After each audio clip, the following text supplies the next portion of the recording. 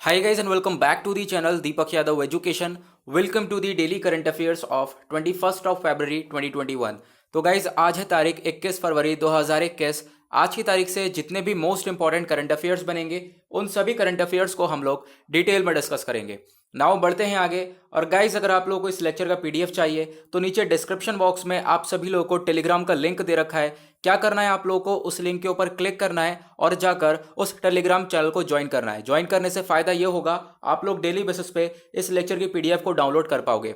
Now अभी तक आपने इस यूट्यूब चैनल को सब्सक्राइब नहीं किया है तो ऐसा रेड कलर का बटन आ रहा होगा नीचे की साइड, सबसे पहले इस चैनल को सब्सक्राइब कर लो, साथ ही साथ बेल आइकन प्रेस कर लेना ताकि आप कोई भी वीडियो का नोटिफिकेशन मिस ना कर पाओ। नाउ बढ़ते हैं आगे, स्टार्ट करते हैं डिस्कशन। यह है हमारा सबसे पहला आर्टिकल और काफी इंपॉर्टेंट आर्टिकल है, यहां से डेफिनेटली क्वेश्चन बन सकते हैं। तो इसमें देखेंगे हम लोग नासा का एक मिशन था जिसको हम लोग बोल रहे हैं मार्स मिशन। तो ये मार्स मिशन 2020 ये नासा का मिशन है जो कि सक्सेसफुली पूरी तरह से कंप्लीट हो चुका है। तो जो आप देख पाओगे ये मार्स है, जो हमारा मार्स प्लैनेट है, इसके ऊपर ये देख पाओगे परछाई सी दिख रही है। तो बताया ये जा रहा है कि जो नासा ने रोवर भेजा था अपना मार्स के ऊपर, वो रोवर सक्सेसफुली पहुंच चुका है, इस पर लैंड हो चुका है। तो जो शेडो दिख रही है आपको नासा के परसेवरेंस की, तो जो रोवर है, रोवर क्या होता है इस तरीके से जो आप देख पाओगे ये मार्स पे घूमेगा। तो ये देख पाओगे ये जो रोवर है ये मार्स पर इजीली पहुंच चुका है। ठीक है, तो यहाँ पे बताया गया इस रोवर का नाम क्या है, परसेवरेंस। तो इसको हम लोगों ने देखा मार्स पे पहुंचा, लैंड हो चुका सक्सेसफुली। इसके साथ इसी के साथ जो नासा है वो ऐसी पहली स्पेस एजेंसी बन चुका है जिसने अपना ड्रोन जो है किसी अनदर प्लेनेट के ऊपर ये छोड़ा है। तो याद रखना। नाउ सबसे पहले तो आपको एक आंसर बताना है, एक क्वेश्चन का आंसर बताना है, वो क्या है, नासा की फुल फॉर्म बतानी है सभी लोगों को नीचे कमेंट सेक्शन में। ओके, नाउ आगे बढ़ते हैं। यहां पर थोड़ा बहुत और जानेंगे कि इस मिशन का नेम क्या था, रोवर का नेम क्या था, इसको कब लॉन्च किया गया था। ये बहुत सारी इंपॉर्टेंट चीजें हैं जो कि आपसे क्वेश्चन में पूछी जा सकती हैं। सबसे पहले तो इस मिशन का नाम है मार्स 2020, रोवर का नाम है परसेवरेंस। जो इसकी मेन जॉब है यानी कि मेन मकसद है वो इसलिए भेजा है हम लोगों ने ताकि हम वहां से कुछ सैंपल्स को कलेक्ट कर सकें और कलेक्ट करने के बाद उसे वापस से अर्थ पे लेकर आएं और उनके ऊपर रिसर्च करें। उसके बाद इसको लॉन्च किया गया था 30 जुलाई 2020 में और ये मार्स के ऊपर लैंड हुआ है 18 फरवरी 2021 के अंदर, तभी ये न्यूज़ के अंदर भी है। नाउ जहां पर ये लैंड हुआ है यानी मार्स के ऊपर एक पर्टिकुलर एरिया है जहां पे रोवर लैंड हुआ है, उस जगह का नाम है जेजेरो क्रेटर। ओके, नाउ आगे बढ़ते हैं आर्टिकल नंबर सेकंड की तरफ। सेकंड आर्टिकल में बात करी गई है एनास्टेशिया के बारे में, काफी इंपॉर्टेंट आर्टिकल है। तो बात करेंगे आफ्टर 15 मंथ, 15 महीने के बाद एक पर्सनैलिटी है जिसका नाम है आनंद फर्नांडिस। तो ये एक मुंबई के सेलर हैं, ये अपने घर पहुंच चुके हैं लेकिन 15 महीने बाद। ठीक है, ये याद रखना 15 महीने बाद। ये एक क्रू मेंबर थे और ये क्रू मेंबर किस पे थे, एक शिप है एंटास्टिसिया। ठीक है, ये शिप का नाम है एंटास्टेशिया। तो ये शिप फंसा हुआ था चाइना में, लगभग 15 महीनों से जो है ये शिप फंसा हुआ है चाइना में। किस वजह से, कोरोना वायरस पेंडेमिक की वजह से ये शिप जो है फंस चुका था वहां पर। नाउ अब फाइनली जो ये सेलर हैं शिप के वो वापस से अपने घर पे पहुंच चुके हैं। उसी की वजह से ये न्यूज़ के अंदर है। बताया गया जो फर्नांडिस हैं इन्होंने अपनी जर्नी स्टार्ट करी थी इस एंटास्टेशिया शिप में नवंबर 2019 में, यानी कि कोविड-19 के आने से पहले इन्होंने अपनी जर्नी स्टार्ट करी थी और अच्छा खासा इन्होंने घूमा भी था। US, Netherland, south Africa, India, China, Australia travel कर चुके थे। लेकिन जब सेकंड ट्रिप पर गए, ये सेकंड ट्रिप पर कहाँ पे गए भी चाइना ही थे। अब जब चाइना पहुंचे तो वहां पर अब पता चला पैंडेमिक फैल चुका है पूरी तरह से, सभी कंट्रीज के अंदर लॉकडाउन लग चुका है, फ्लाइट्स बैन हो चुकी हैं। तो भाई ये 15 महीने तक तो वहां पर फंसे रहे। ठीक है, उसके बाद अगर हम बात करें आगे तो एक सक्सेसफुल नेगोशिएशंस हुआ चाइना के साथ, यानी चाइनीज ऑफिशियल्स के साथ हमने अच्छी तरीके से बातचीत करने के बाद जो है क्या हुआ कि जो शिप है वो जापान पहुंचा। जापान से जो भी क्रू मेंबर्स थे उस शिप के अंदर वो दुबई गए, दुबई से वापस से वो सभी लोग अपने घर पर पहुंच चुके हैं। तो ये थी कहानी, इसको याद रखना। नाउ आगे बढ़ते हैं आर्टिकल नंबर थर्ड की तरफ। बहुत ही डेवलपमेंट की तरफ ये आर्टिकल लिखा गया है। बात क्या करी गई है, सिन्यू विलेज, सिन्यू गांव का नाम है। ठीक है, जो कि नागालैंड के अंदर है। नागालैंड में एक मोन डिस्ट्रिक्ट आता है, मोन डिस्ट्रिक्ट के अंदर ये गांव है सिन्यू विलेज। तो इसके अंदर एक बहुत ही अच्छा स्टेप उठाया गया, वो स्टेप ये है सोलर पावर की तरफ ये लोग काफी आगे बढ़े। पूरे गांव के अंदर इन्होंने सोलर पैनल्स लगा दिए गए। अब वो सोलर एनर्जी से और भी चीज़ें जनरेट करेंगे, जैसे इलेक्ट्रिसिटी वगैरह को ये लोग जनरेट कर पाएंगे। नाउ तो जो मोन डिस्ट्रिक्ट है इसने कोलेब्रेशन किया किसके साथ, ग्लोबल हिमालयन एक्सपीडिशन के साथ, और इन्होंने पूरी तरह से कंप्लीट कर लिया है अपना शिन्यू विलेज का इलेक्ट्रिफिकेशन, यानी कि भाई बिजली आ चुकी है पूरे गांव में। लेकिन बिजली कैसे आई है, इन्होंने इस्तेमाल करा है सोलर पैनल्स का, तो इसको इंस्टॉल कर दिए गए हैं पूरे गांव के अंदर और इससे बिजली उत्पन्न करिए। तो काफ़ी कुछ आपको सीखने को मिलेगा इससे। आप इस आर्टिकल का इस्तेमाल कर सकते हो अपनी आंसर राइटिंग में, अपने एस्से में, काफ़ी ज़्यादा इंपॉर्टेंट रोल प्ले कर सकता है आपका ये आर्टिकल।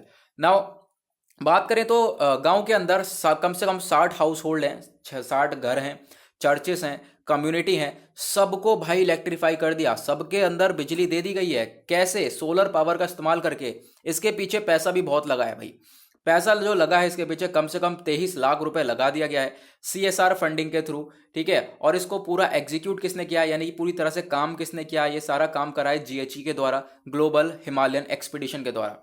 भाई इन्होंने भाई बहुत अच्छा काम किया, क्लीन एनर्जी को प्रोवाइड करवाया गया है। और उसके बाद इनको अवार्ड भी मिला था, अगर हम बात करें United nation global climate action award भी मिला था इन्हें 2020 का, ये भी जीत चुके हैं, तो ये भी याद रखना। उसके बाद जो शिन्यू विलेज है इसको सेटअप किया था 1977 में, ये पूरा तरह से विलेज को बनाया गया था। नाउ उसके बाद इसको एक रिकग्निशन यानी एक पहचान कब मिली, जब स्टेट गवर्नमेंट ने इसको पहचान दी है साल 2002 के अंदर इसको एक पहचान मिली। हालांकि इसके अंदर प्रॉपर रोड इंफ्रास्ट्रक्चर कुछ भी नहीं था, कुछ भी नहीं है काफ़ी हद तक आज भी अगर हम बात करें, लेकिन फिर भी यहाँ पे आज के टाइम पर बिजली का काफ़ी अच्छे तरीके से इस्तेमाल कर बिजली के लिए इन्होंने काफ़ी अच्छी तरीके से चीज़ों को इस्तेमाल किया है। बताया ये जा रहा है कि भाई जो सोलर पावर के थ्रू ये पूरे गांव में बिजली लाने की कोशिश कर रहे थे साल 2013-14 में, लेकिन कुछ प्रॉब्लम्स आई तो उसकी वजह से ये सारी कहानी टल गई थी। नाउ अब वहाँ पर पूरे गाँव के अंदर बिजली आ गई है, लेकिन सोलर पावर का इस्तेमाल करके। ओके, काफ़ी इंपॉर्टेंट आर्टिकल था, आप आई होप आप लोग इसके बारे में याद रखोगे। नाउ नेक्स्ट आर्टिकल बात करता है रेलवे प्रोजेक्ट्स लगाए जा रहे हैं वेस्ट बंगाल के अंदर, ढेर सारे प्रोजेक्ट्स हैं, तो उसके बारे में बात करेंगे।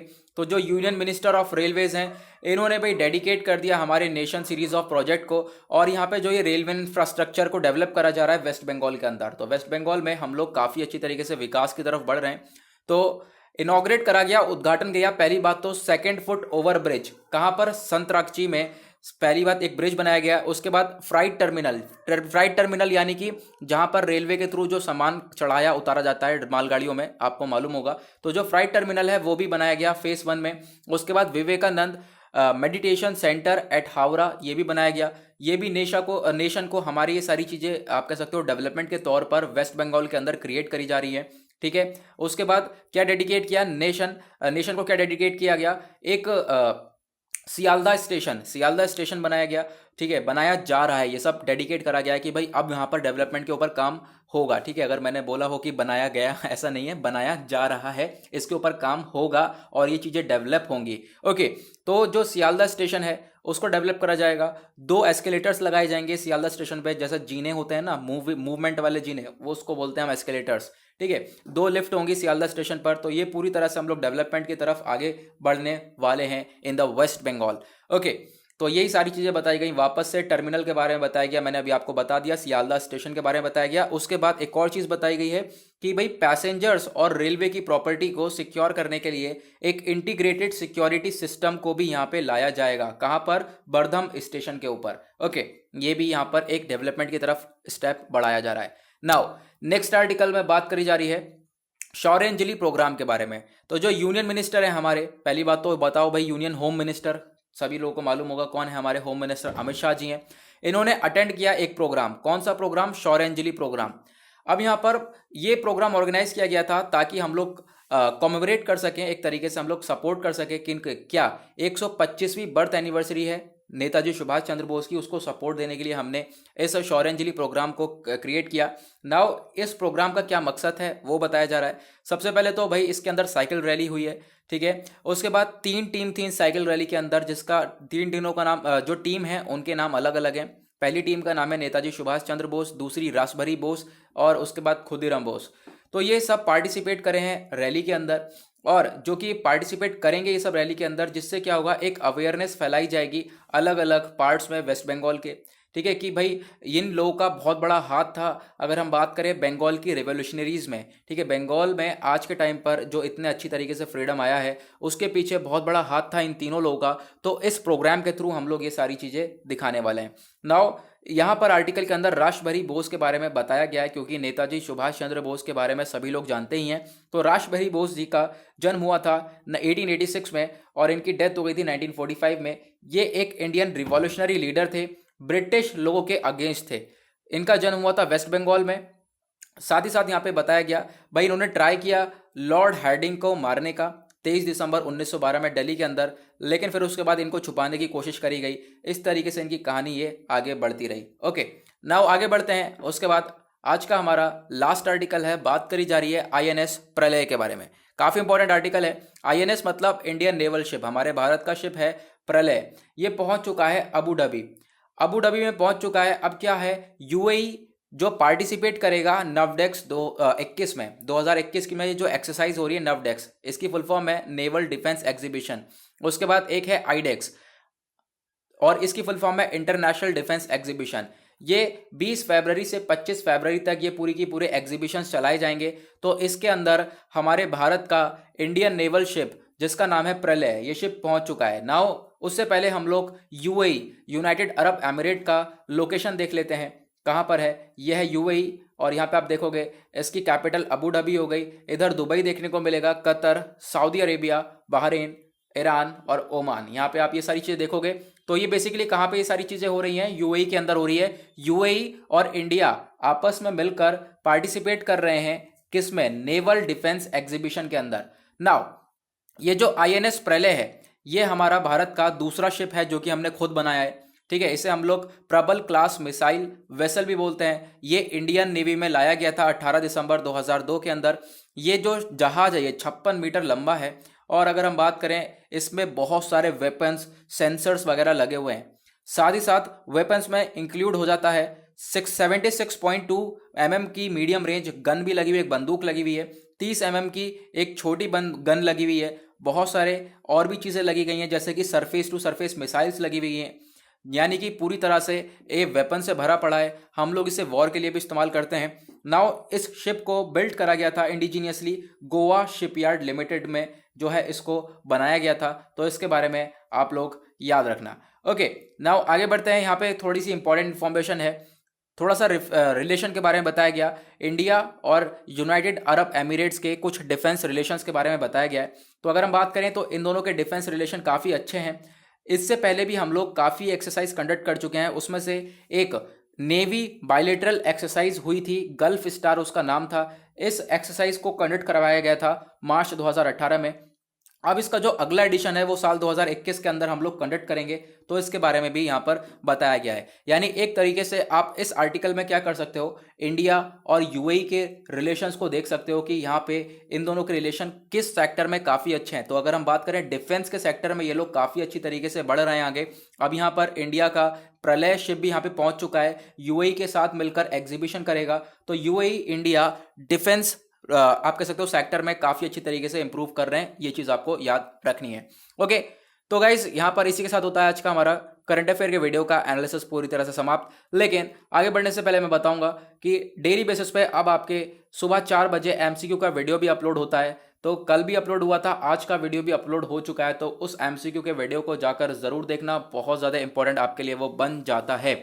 ओके, तो गाइस अभी तक आपने इस यूट्यूब चैनल को सब्सक्राइब नहीं किया है तो नीचे रेड कलर का बटन आ रहा होगा, सबसे पहले इस चैनल को सब्सक्राइब कर लो। साथ ही साथ बेल आइकन प्रेस कर लेना ताकि आप कोई भी वीडियो का नोटिफिकेशन मिस ना कर पाओ। नाउ मिलते हैं आप लोगों से नेक्स्ट वीडियो में। आज के लिए bye bye, have a nice day.